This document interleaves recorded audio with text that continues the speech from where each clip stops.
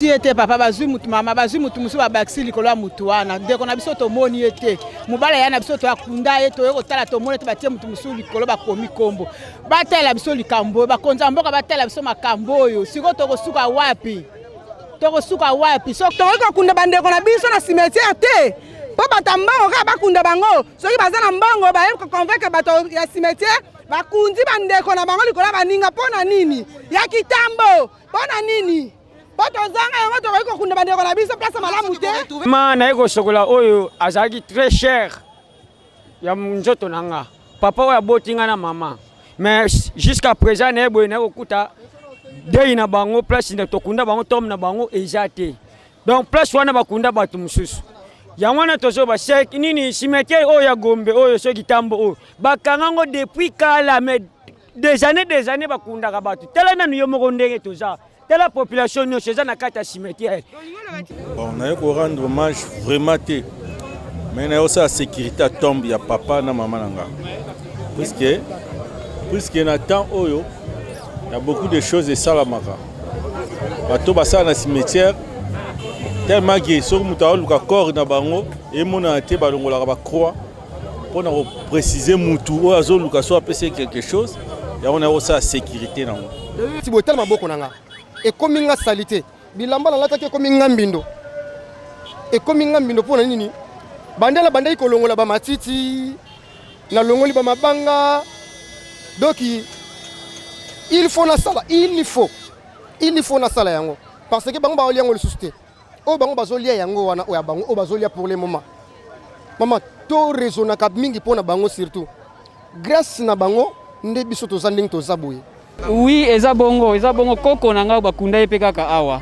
Nakekuta liboso croix ya koko na sima na ye na makolo. Croix mususu. Donc ba meka mpe kozwa soin ya bandeko bakenda. Po ko superposer ba wei ba mutu mususu ya kuta bino 3 personnes 4 personnes bolé la place moko. Bozo la nani wana.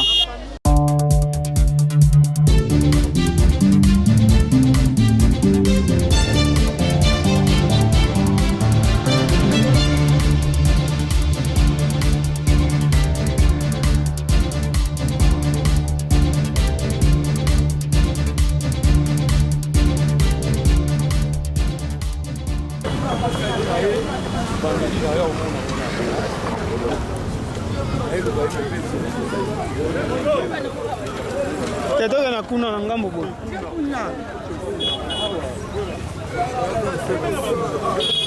Après on joue bana no journée bien. Bon le que ça samedi week-end go bana bo na bien. Bo taka ba tete na musu tepe. Jo maman. Papa comment nani? Comment nanga Feli Londe. Papa Feli to moni yo pe na cimetière to ebité oyeko kunda to pe ko saka musalo kwa basuba ko sala le journée ya le premier. Bon, neki kota la grand frère nanga yo ngana landi ya kufaki. Mais malheureusement ba misusu bandeko misusu na toza tokutana bango wa bazomona baza ko retrouver ba corps na bango te. Ba croix ezate bani mengai lokola na matiaki moi muke na moni. Mais bandeko mingi ba moni te. Ezali di ya négligence na bango basundola bebe bakenda to ezali nini ya solo ezali koleka. Bon, moyibi pe ezo salama mingi ya ba croix. Musu ezali moins négligence. Musu ezali ba cambio ya cimetière. Il va faute eza partager na batu nyonso wana. Eko ba mo pona na journée le tebi ezali fête ya ba wei na tongo na poko to mona kan pe fête ya ba parents et peut-être ko bani liboso ya caméra. Bon. Nakanisi fête koleka nini fête ya ba parents bazana le côté il faut ezate eloko moko ezate mboko zo tambola bien te fête ya ngoma eleka na méditation kaka mais ya ba we yango to ekotala ba we mais ba we yango pe mawa po batu mingi ba retrouver ba corps te ba osonga kaka boy. Merci beaucoup. Merci maman. Bonjour maman. Bonjour madame. Maman comment nani? Comment na maman Martine.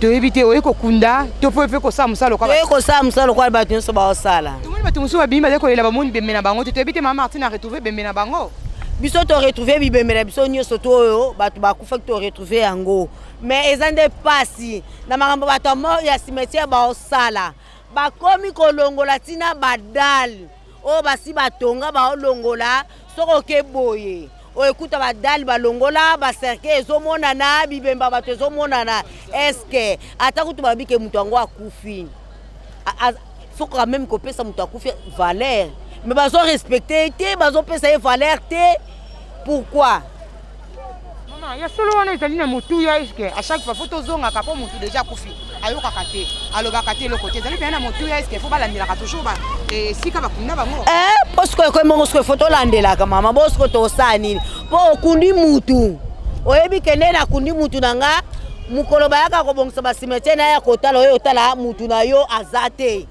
okundi neti lelo après une semaine oyo otala boye cimetière ezate sikoto olobani mama baosala bongo poani mutu na polite balongoli croix bazwi su mutu mususu baye batie likolo ya mutu mpona nini ndenge wana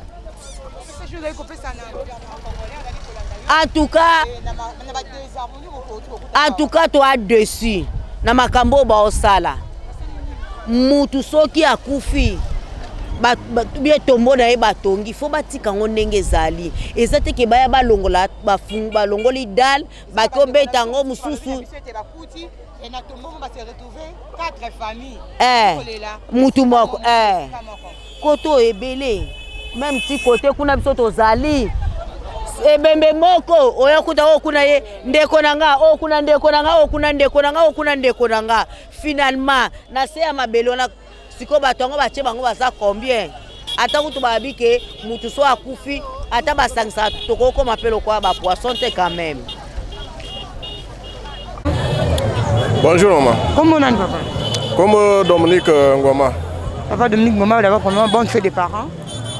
Merci parce que je suis aussi parent. OK. Papa Ngoma to monyo na cimetière to éviter oyeko kunda mutu to pe oyeka ka ko nettoyer pe tombe lokola date premier ya premier ou tous les arabat ba ko nettoyer ba tombe ya ba batika bango to fe bazali moko ya ba parents. Effectivement na ye pona kotala tombe ya maman na biso.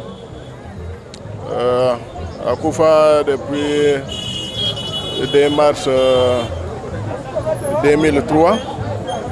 Na oti ko sala musala na tombe na ye fallait na ya pona me rappeler les bienfaits. Mais est-ce que tu vas retrouver tombe yango facilement to bozaki venir na kata koluka parce que bato mususu jusque là to ut ko interview bango balaki ko retrouver tombe na bango te. Ya maman est vraiment visible. C'est vraiment à 30 mètres la route principale et puis tout ça là on a marre, c'est difficile que Babouka, mais Balongola déjà écrit surtout, ils ont voulu forcer pour Bakata Babouka même Marouana, mais ça n'a pas tenu, mais du moins ils en ont bien. Je me suis très vite retrouvé. Est-ce que c'est solo toujours important que besoin à Canada il y a les lots pour ne pas que c'est quand on a pour les micro sur mon sous besoin à Kati mais n'a qu'à vraiment rigueur dans cas comme colonel les lots. Oui, effectivement, pour Nalelo est tombé que Naz a vraiment très dispo pour mais il arrive des fois, parfois je viens avant la date, tout comme après. Mais aujourd'hui, Dieu m'a fait grâce que je sois en congé et que je puisse vraiment me donner cette peine, surtout vraiment pour me rappeler toujours d'elle, de très beaux souvenirs. Il fallait à tout prix, Le Londres est tombé le 1er août que je suis vraiment en congé, il fallait à tout prix que je sois là. Ok, merci beaucoup. Papa. Je vous en prie. La monnaie c'est cette côté, tu commences à se renseigner, tu es ici en cas de note. Comment on a la caméra? Comment on a Fabrice Mabeka? Ndeko Fabrice Tomonio, oyeko kunda, topé oyeko sokola tombo na journée lelo ya premier. Bon, naeko sokola tombo ya maman nanga, ça fait au moins 2 ans passés depuis que nous a quittés. D'ailleurs, c'est la première fois que je viens ici, nae awa. Bandekona bayaka souvent, ngamba liboso na ya awa. Et voilà, na monipe na bongisi tomba mère nanga et puis voilà. Et c'est là qui est facile pour nous retrouver yango parce que obi oyaka 2 ans quand batune mutu bayaka, est-ce que retrouver qui yango facilement? Mais en vérité, c'était pas facile hein. Parce que souvent on entend toujours parler soko yemba liboso il faut boire comme kasu ba masanga nsamba et ben aujourd'hui on n'a pas fait ça normalement. En fait, c'était notre petit frère. Ndé aïe Moutayaka le premier jour ba enterraka ye ndé à l'activité musika atiaka basine juste il y avait 2 poteaux il y a ba ligne électrique ndé signalé biso na musika donc juste on était juste à côté quoi. Donc un peu musika tena on est à l'activité de loin yango on a retrouvé facilement directement. Et c'est le Lengekani surtout qui est la journée à l'élo, n'invité ça toujours important parce que yo yakate oye l'élo et ça le Lengekani ya comme on a tombo ya maman aussi à Kenda ou te bamboula mbali. Bon personnellement et ça n'inga plaisir. En fait profondément ça fait mal aussi hein. Bozalaki na yebo mesana ki na ya azali sous ta Kenda ça fait longtemps et oye sous se retrouver magaza passe na mutema mais moi ça me fait plaisir. Ya au moins esika totika kaye. C'est un peu ça. Un peu un mot pour la journée à l'élo, il y a fait de parents et puis il y a rendre hommage à Baoui. Bon voilà, pour la Baoui, le baza bon moi, on ça bon kaka, on souhaitait bon meilleure fête na bango et puis Baoui peut batiki biso esika bakenda to baraté. Zamba zala na bango battre la milimo na bango esika bazali. Voilà. Merci beaucoup. Merci. Bonjour maman. To moni opéra ozali ko silika nini mutu aki kotala okuti ete to nini ekomi. Na kuti ete papa bazui mutu mama bazui mutu musu ba baksili kolo mutu wana ndeko na biso to moni ete mubala ya na biso to akunda ete yeko tala to moni ete batie mutu musu likolo ba komi kombo batela biso likambo ba konza mboka batela biso makambo yo siko to kosuka wapi tokosuka wapi soko yeko tala cimetière bokomona cimetière babakisi batu musu likolo ya cimetière ozaka botile tikeli bino okunda mutu osi bokena bambule leki tant mususu bolandela kango lisusu te esi tombo etoboka ekufa boye kozonga bokute bembe te to nini yango ekomi boye kokoleka bakonzi ya mboka tolandela kango biso tofanaka na Jamaïque tolandela kango toyaka mikolo nyonso kotalaka. Et bon, mon message nous a coupé ça dans le gouvernement congolais parce que après la charge il y a d'autres modèles. Bataille la biso likambo ba konzi bataille la biso bakanga kaka cimetière yango po ba yaka suko kundaka te. Tala lelo cimetière ya Kitambo. OK, merci. Yeah.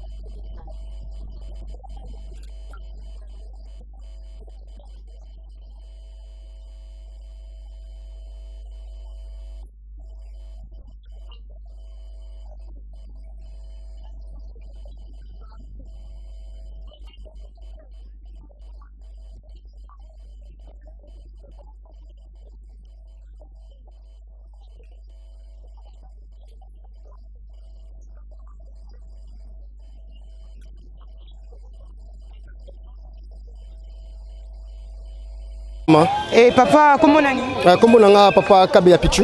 Et papa Kabeya Pichu, tout le monde est dans le cimetière. Tu évites, on est au Salanini, on est au Kunda, tu fais oye et kosokola pe ne baninga ba kosokola bisika bakunda bande kono bakunda bango. Bon, en tout cas, merci d'abord pour la parole. Na eko kunda te posi na kunda. Na kunda na kitambo awa papa nanga, na kunda na koko nanga. Donc oya bota mama nanga. Mais eloko salinga pasi to kunda kai na ba bonne condition. Mais lelo to yeboye to eko kuta sika to kunda kai ba longoli béton obiso to tsaka dalu wana ba kamati mutu mususu ba remplacer likolo wana ba tongi ndaku ba tse batol. Donc moyen ko sala autrement ils assusté. Donc to comme maintenant ko sangana entre biso na batu wana.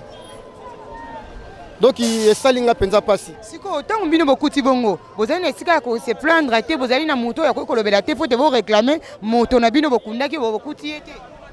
Bon en tout cas maman awa na Congo soki olobi ke obanda ko landela babilo ka boye eza passer sa distraction.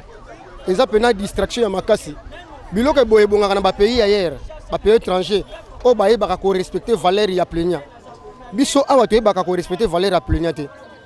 Oko sili sambongo na makolo otikali pe ko za solution moko te. Ndeti ba biloko boye. D'abord yé moko nanu bato yo ya cimetière. O batia wana na ba bureau. Tango biso to kende ko tika bato wana balandaki biso. Comité ya suivi balandaki. Balaki se sika to sali. Maintenant tango pe bato wana bayaki. Balekaki na bureau je crois. Est-ce que bango ba sala ki lokona tour na biso te ke ba kende balo bake awa mutu aza déjà awa. Mais et salami bongote. Comme baby que ça cimetière et les kilika bon maman basé belé bazo ko se plaindre. Mais sous kutu vraiment ba moni ata trace moko susute. Ba moni ata trace moko te ndeti kutu oya koko na ngai na yeka na longoli matiti place ba kundaka ye na kuti déjà si ba sali susu ba makambo musu place wana. Oui, bonjour maman. Papa comment nani? Comment nanga monsieur Mbagata o ba benga na quartier ba yebelinga muyaka. Ah. Muyaka to ito yeba ko sani ko kunda to pe ko sokola tombi ya moko wazadaki mutu ya pona yo. Vraiment merci maman pona mutuna eza grave lisusu ilekelinga lisusu na mayele. Vraiment na eko sokola oyo azaki très cher. Ya nzoto nanga. Papa wa botinga na mama. Mais jusqu'à présent na ebo na okuta dei na bango place na tokunda bango tom na bango ezate. Donc place wana bakunda batu mususu. Yamwana tozo ba sek nini cimetière oya Gombe oyo so kitambo oyo bakangango depuis kala mais des années bakunda ka batu tela na yo moko ndenge toza tela population no ceza na kata cimetière na moni bango te yango ide toza nango na yaya donc vieux to ne famille te mais benge ya poza mukolo nanga toza ne famille te yamwana soki na kina mwana nga ke no papa koko na bino bakunde boy siko na yebisanga na kolaksa ye place nini lelo oyo bato bake kuna na intérieur ata ba chanjete oyo ata ya pai soko ke kuna oyo koko na bino bakundai awa etikala lembwana ndenge bachango etikala soki ba sapato soki nini to bosala bino moko nini détournement ya bakata cimetière boko mona mapango mususu ekoma na kata cimetière bokita botala 11 environ boko mona ngo eza bien te ba oui ba na respect lisusu te donc nga papa na nga na mama na moni bango te na ndena boy nazo kene na kolela na ma miss donc n'inquiétude bo sele loko moko te pona nini donc likolo ba tombo ba papa na biso ba bando kunda batu mususu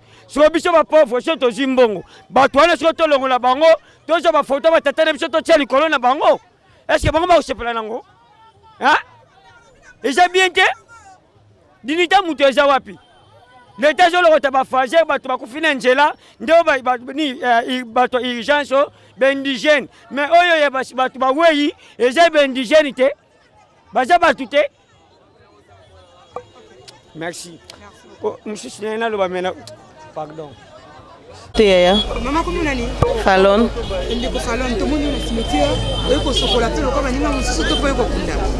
Na eko sokola lokaba ninga mususu. Debite yo papa ninga ndeko mama te mwana comment to moni bato yoko kota awa to mona to musuko bana micro na biso balobi ba meliti bango ba ntamba ko mona esika ba kona ba ndeko na mususu ba leti bango makaso ba mususu balobi bango maloba to ebite yo retrouver oya yo mutu retrouver yo mona facilement non nga pe na retrouver te bon nga pe basopisi nga batamba mais na retrouver ka te